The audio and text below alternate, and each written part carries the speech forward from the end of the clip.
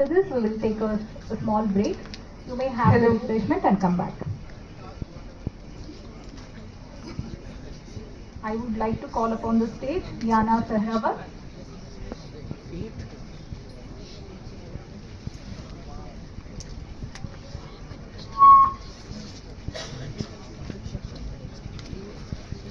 The honorable judges, respected teachers, and all my worthy opponents, namaskar to all of you.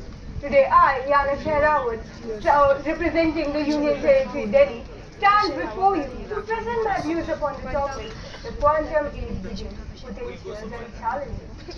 Today we stand at the edge of revolution, so profound that it could redefine the very limits of the human knowledge. For centuries, we have relied upon the classical laws of physics, the rules that govern the microscopic world that we see and touch. But now, as we step into the quantum age, we are entering a realm where the rules break, probabilities replace certainties, and the impossible starts to become the possible. Now, to understand where we are going, we must understand where we begin. The quantum age starts over a century ago with a few scientists daring to question the obvious. In 1900, Max Planck proposed that energy is not continuous. It travels in small packets called quantum. Then in 1905, Albert Einstein used this idea to show the photoelectric effect, showing that light behaves as both as a particle as well as a wave. Then in 1920s came the giants such as Niels Bohr, Evan Schrödinger, and Werner Heisenberg, who developed the strange new theory called the quantum mechanics. It explains why atoms behave as they do, how atoms jump between the different levels, and why the universe at its smallest scales follow rules that are beyond our everyday explanation. The first quantum revolution gave us technology such as transistors, semiconductors. Right now, we are in the second revolution of quantum age, where we are not just discovering the quantum laws but controlling them. We are no longer observing the quantum effects but engineering them. Now, quantum may sound like something that scientists in lab coats only discuss. So let me make it a little simple for all of us. Think of a coin. In our everyday world, it can be either heads or tails. But in the quantum world, it can be both heads and tails at the same time. That's superposition. It is defined as a fundamental property where a particle can exist at multiple states at once. And here's another strange one. Imagine two magical coins connected so deeply together that if you flip one in India, the another one in America flips too. That's entanglement.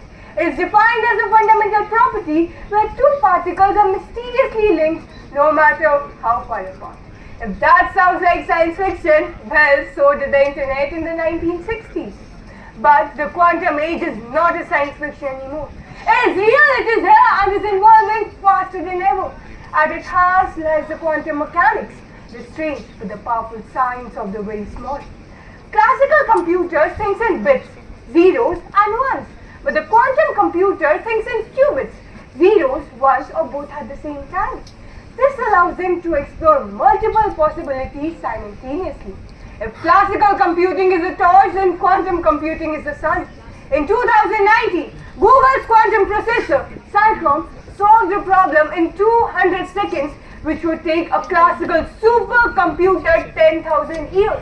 Quantum simulations can model molecules with unmatched precision. This could cut drug discoveries from years to weeks and help us fight diseases such as cancer or Alzheimer's faster than ever. Quantum key distribution makes hacking almost impossible. Imagine sending a message inside the soap bubble. If anyone tries to pop it, you know instantly. But, let us not romanticize the future without confronting the challenges. The quantum age will not be a smooth road. It would be a steep climb.